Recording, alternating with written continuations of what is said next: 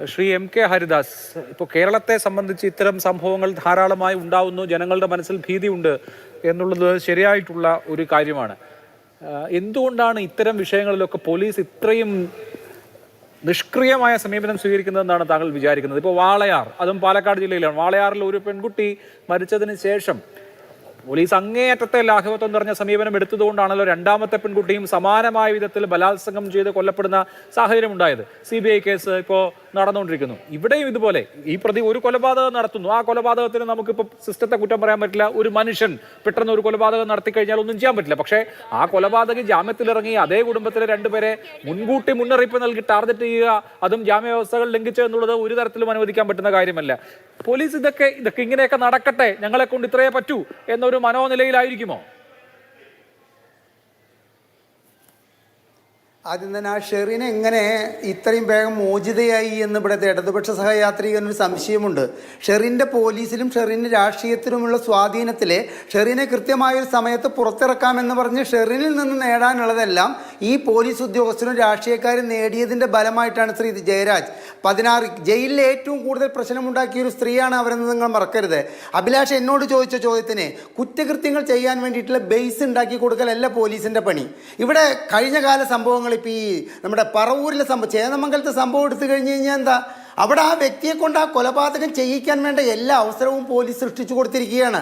കാരണം ആ വീട്ടുകാരുടെ പരാതി, ചുറ്റുപാടുള്ള എല്ലാവരുടെ പരാതി ഒന്നും നമ്മുടെ പറയില്ലേ, ഹൃദു എന്ന് പറയുന്ന ആ വ്യക്തിക്ക് എല്ലാവിധ സംരക്ഷണവും കൊടുത്ത പോലെയാണ് അവിടെ പെരുമാറിയിരിക്കുന്നത് പോലീസ്. ഇവിടെ ഒരു സ്ത്രീയെ 5.5 വർഷം മുമ്പ് കൊല്ലുന്നു, എന്നിട്ട് പറയുന്നു ഞാൻ ഈ കുടുംബത്തെ ഇല്ലാതാക്കുമെന്ന് പറഞ്ഞിട്ട് ആ പ്രതി വെട്ടിവലസുന്നു. ആ പ്രതിക്ക് വെട്ടിവലസാൻ വേണ്ടിയിട്ട് എല്ലാവിധ സൗകര്യങ്ങളും ചെയ്തു കൊടുക്കുന്നു. കോടതിയെ തെറ്റിദ്ധരിപ്പിച്ചോ ശരിയായി ധരിപ്പിച്ചോ കോടതി അയാൾക്ക് ജാമ്യം നൽകിയിട്ട് അയാൾ പുറത്തിറങ്ങുന്നു. ആ വ്യക്തിയെ കൃത്യമായി നിരീക്ഷിക്കാൻ പോലീസിനാകുന്നില്ല. പോലീസിന് കൃത്യമായിട്ട് അറിയാമായിരുന്നു ഇയാൾ അവിടെ ഇനിയും കൊലപാതകം ചെയ്യുമെന്ന്. നാട്ടുകാർക്ക് അറിയാമായിരുന്നു, ഈ കൊലപാതകം ചെയ്യപ്പെടുന്ന വ്യക്തികൾക്കും അറിയാമായിരുന്നു. അവർക്ക് ചെയ്യാനുള്ളത് എന്താ, എല്ലാ വാതിലുകളും പോയി മുട്ടി. പഞ്ചായത്തിന് കൊടുത്തു, MLAക്ക് കൊടുത്തു, പോലീസിന് കൊടുത്തു, ഞങ്ങളുടെ ജീവൻ രക്ഷിക്കണമെന്ന് പറഞ്ഞിട്ട്.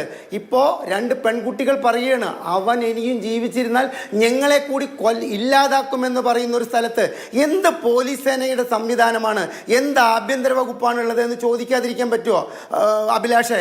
ഇത് പോലീസ് സേനയുടെ കർത്തവ്യങ്ങളല്ല ഇവർ ചെയ്യുന്നത്. ഇവർ ഗുണ്ടായുസത്തിനും ഇത്തരം കൊലപാതകികൾക്കും എല്ലാവിധ ഒത്താശയും ചെയ്യുന്ന ഒരു സംസ്ഥാനമായി കേരളം മാറിയെങ്കിൽ അത് ആഭ്യന്തര വകുപ്പിൻ്റെ പരാജയമാണ്. ഒരു AI സിസ്റ്റത്തിലെ ഒരു നിർമ്മിത ബുദ്ധിയിൽ പ്രവർത്തിക്കുന്ന സംവിധാനമായി നമ്മുടെ കേരള പോലീസ് മാറി. ആരോ റിമോട്ടിൽ കർട്ടൻ്റെ പിന്നിലിരുന്നിട്ട് ഇവരെ കൊണ്ട് നിയന്ത്രിക്കുന്നു, അതിനനുസരിച്ചിട്ട് പ്രവർത്തിക്കുന്നു. ഒരു കാര്യം കൂടി പറഞ്ഞിട്ട് ഞാൻ അവസാനിപ്പിക്കാം.